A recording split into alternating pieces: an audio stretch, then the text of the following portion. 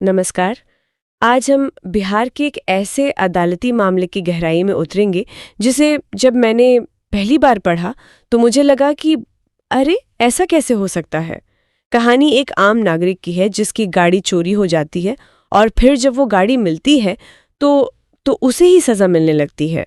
और ये जो मामला है ये जुड़ा है बिहार के बहुचर्चित शराबबंदी कानून से। हमारी आज की सारी बातचीत 29 नवंबर 2025 की एक न्यूज़ रिपोर्ट पर आधारित है। हम सिर्फ कहानी के तथ्यों को नहीं दोहराएंगे बल्कि ये समझने की कोशिश करेंगे कि पटना हाई कोर्ट का एक फैसला कैसे एक व्यक्ति के लिए न्याय से कहीं ज़्यादा बड़ी बात बन जाता है। ये फैसला सिस्टम के काम करने के तरीके पर, कानून की समझ पर और एक नागरिक के अधिकारों पर बहुत गहरे सवाल खड़े करता है। चलिए इसी गुत्थी को सुलझाने की कोशिश करते हैं। तो कहानी शुरू होती है अली अशरफ सिद्दीकी से। उनकी गाड़ी को बिहार मद्य निषेध और उत्पाद अधिनियम के तहत जब्त कर लिया गया। वजह सीधी सी थी, गाड़ी के अंदर से शराब मिली थी। बिहार में शराबबंदी लागू है तो पहली नज़र में तो ये एक रूटीन केस लगता है, लेकिन यहीं पे कहानी में एक ज़बरदस्त ट्विस्ट है। सिद्दीकी साहब की ये गाड़ी 6 मई 2024 को चोरी हो गई थी और उन्होंने सिर्फ सोचा नहीं, बाकायदा पुलिस में इसकी FIR भी दर्ज करवाई थी। यानी जिस वक्त गाड़ी में शराब मिली और उसे जब्त किया गया उस वक्त गाड़ी मालिक के पास थी ही नहीं। वो पुलिस रिकॉर्ड के मुताबिक एक चोरी की संपत्ति थी। तो पहला सवाल तो यही उठता है कि जब सब कुछ इतना साफ था तो मामला इतना आगे बढ़ा ही कैसे? प्रशासन ने एक FIR को नजरअंदाज क्यों कर दिया? देखिए, यहीं पर हमें सिस्टम के काम करने के तरीके को समझना होगा।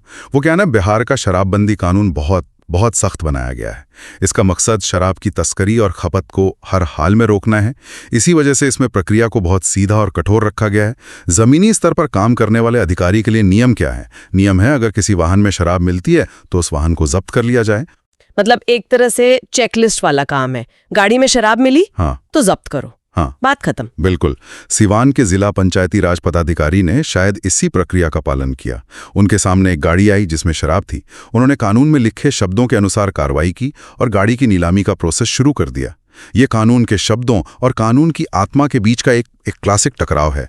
अधिकारी ने शब्द पकड़ लिए, लेकिन उस कानून का असली मकसद यानी दोषी को सजा देना, वो शायद उस प्रक्रिया के शोर में कहीं खो गया। एक मिनट, यहाँ मुझे एक बात थोड़ी अटपटी लग रही है। जिला पंचायती राज पदाधिकारी, शराबबंदी के मामले में इनकी क्या भूमिका है? मैं तो सोच रही थी कि ये काम पुलिस या आबकारी विभाग का होगा। हाँ, ये सवाल बहुत वाजिब है और बिहार के इस कानून की एक खासियत भी दिखाता है। इस कानून के तहत जब्ती और नीलामी जैसी कार्रवाई करने की शक्ति जिलाधिकारी यानी डिस्ट्रिक्ट मजिस्ट्रेट को दी गई है।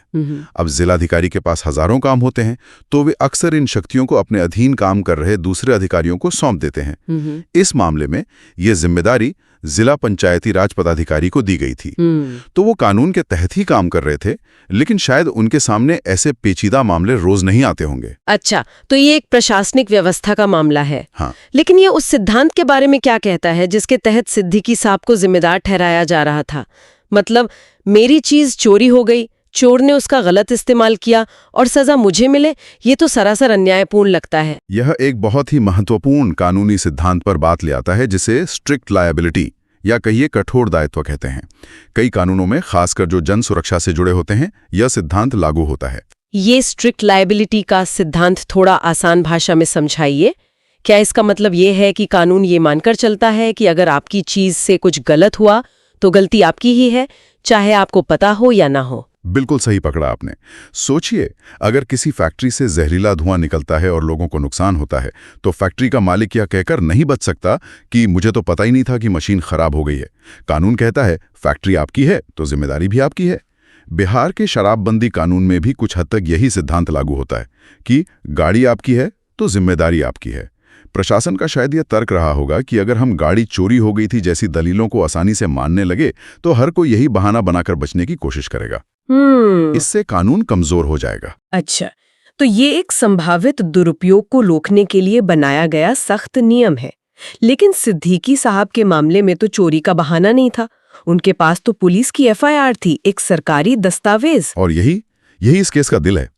एक तरफ कानून की सख्ती और उसका दुरुपयोग रोकने की मंशा, और दूसरी तरफ एक निर्दोष नागरिक जिसके पास अपनी बेगुनाही का ठोस सबूत है। जिला स्तर पर और फिर अपीलीय अधिकारी के स्तर पर दोनों ही जगहों पर सिस्टम ने कानून की सख्ती को चुना और सिद्दीकी साहब की दलील को खारिज कर दिया। जरा सोचिए उस इंसान की मानसिक स्थिति।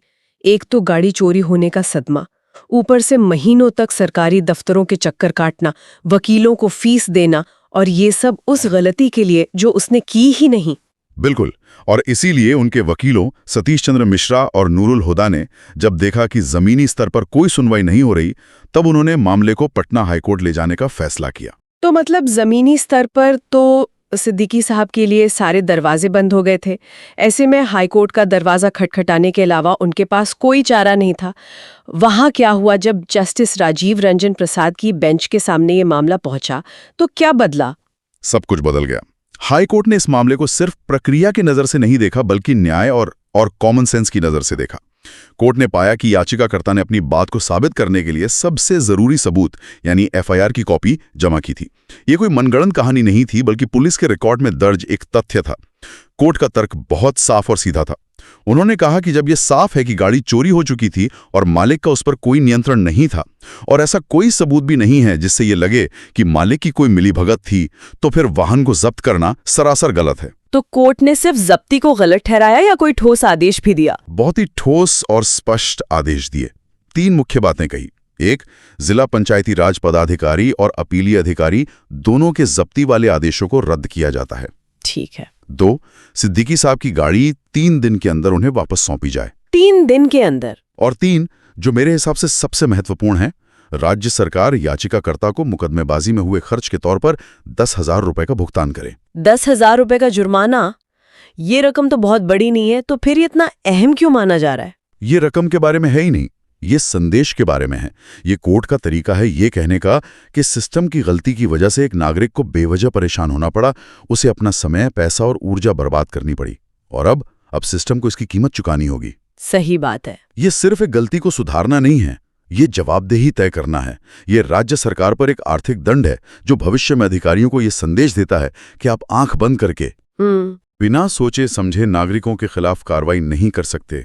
आपको अपने विवेक का इस्तेमाल करना होगा, खासकर जब आपके सामने ठोस सबूत मौजूद हों। ये एक बहुत बहुत शक्तिशाली संदेश है। ठीक है, तो चलिए अब इस फैसले के असर पे बात करते हैं। जूम आउट करते हैं। अली अशरफ सिद्दीकी को उनकी गाड़ी वापस मिल गई, उनके लिए न्याय हो गया, लेकिन बिहार के लाखों दूसरे नागरिकों के लिए या ऐसे ही सख्त कानूनों का सामना कर रहे देश के दूसरे लोगों के लिए इस फैसले का क्या मतलब है? इसके कई दूरगामी असर हो सकते हैं। सबसे पहला और सीधा असर तो ये है कि ये फैसला उन हजारों लोगों के लिए एक उम्मीद की किरण है जिनके मामले इसी तरह के प्रशासनिक दांवपेच में फंसे हुए हैं। अब उनके पास हाईकोर्ट का एक मजबूत उदाहरण है जिसे वे अपने केस में पेश कर सकते हैं। ये उन्हें लड़ने की हिम्मत देता है। लेकिन क्या ये वाकई जमीनी स्तर पर कोई बदलाव लाएगा? मेरा मतलब, क्या स्थानीय अधिकारी अब ज्यादा सावधानी बरतेंगे या फिर वो वैसे ही काम करते रहेंगे, ये सोचकर कि कितने लोग हाईकोर्ट तक जाने का खर्च और हिम्मत उठा पाते हैं? ये बहुत प्रैक्टिकल सवाल है। देखिए, एक अदालती फैसले से पूरा सिस्टम रातों रात नहीं बदल जाता, यह सच है, लेकिन यह बदलाव की शुरुआत करता है।